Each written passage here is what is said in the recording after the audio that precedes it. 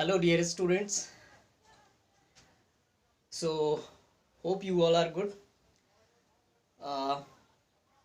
आप सभी को पता है कि हमने रेस्पिरेशन इन एनिमल्स जो है वो स्टार्ट कर दिया था और इसमें जो है कुछ इंट्रोडक्टरी पार्ट जो है हमने कंप्लीट किया है। आज की क्लास में हम देखने की कोशिश करेंगे वन बाय वन अलग अलग एनिमल्स के अंदर किस तरह से रेस्पिरेशन की प्रोसेस होती है। ठीक है, सो लेट्स बिगिन। सो आज हम स्टार्ट करते हैं respiration in amoeba. Respiration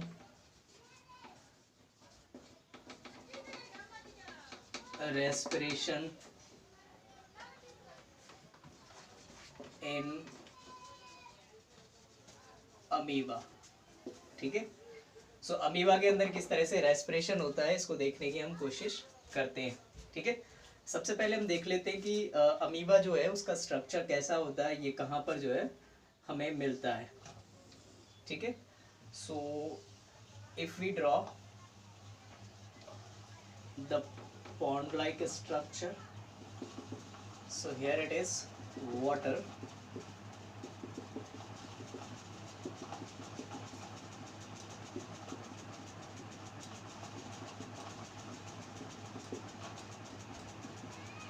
right? So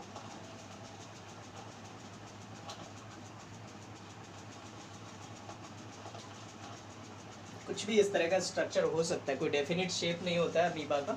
ठीक है, इस तरह से कोई स्ट्रक्चर आपको देखने को मिलेगा। ठीक है, सबसे ये आउटर जो लेयर दिख रही है ये इसकी क्या है, सेल मेम्ब्रेन सेल मेम्ब्रेन, और यही इसका हम कह सकते हैं कि इम्पॉर्टेंट रेस्पिरेटरी पार्ट है। ठीक है, यहाँ पर कुछ इस तरह से जो है वैक्यूल्स जैसे स्ट्रक्चर्स होंगे, structures like these, right? And so this one is water, and in this water the oxygen is dissolved. ठीक है, so ये अमीबा बेसिकली क्या करता है,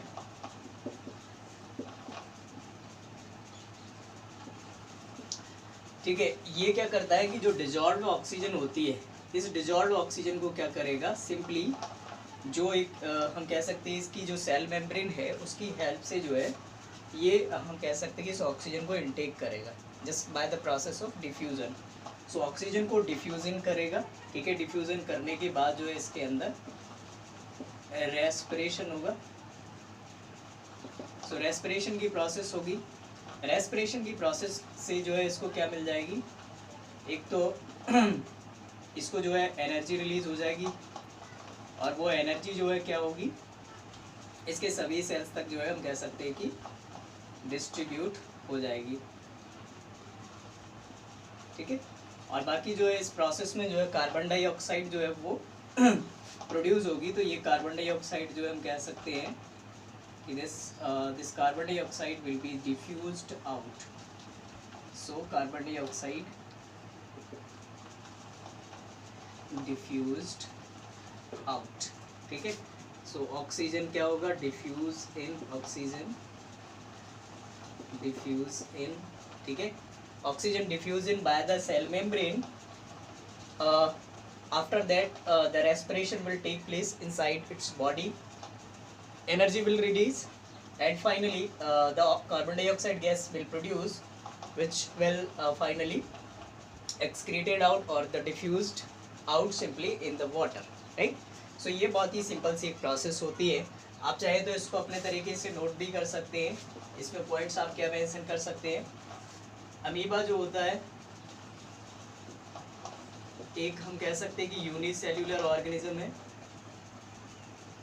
यूनिसेल्यूलर ऑर्गेनिज्म कहाँ रहता है, लिव्स इन वाटर, साइज और the volume is very small। और आप ये देखने की कोशिश करेंगे कि जब भी जो है किसी ऑर्गेनिज्म का साइज और वॉल्यूम जो है स्मॉल होगा, स्पेशली जो है अगर वो यूनिसेल्यूलर है, तो उसके अंदर जो जो भी हम कह सकते हैं कि एनर्जी रिलीज होगी, या फिर जो ऑक्सीजन जो हम कह सकते हैं कि डिफ्यूजन होगी, ये ऑक्सीजन जो है इजीली हम कह सकते हैं कि इसके हर एक सेल तक जो है पहुंच सकेगी, क्योंकि बहुत ही छोटा सा वॉल्यूम है, जल्दी से जो है हर एक सेल तक जो है ये ऑक्सीजन पहुंच जाएगी। और हर एक सेल के अंदर, या वैसे तो इसके अंदर एक ही सेल है तो हर एक सेल की तो बात ही नहीं कर सकते, ठीक है। सो इसके सेल के अंदर आराम से जो है ये डिस्ट्रीब्यूट हो जाएगी और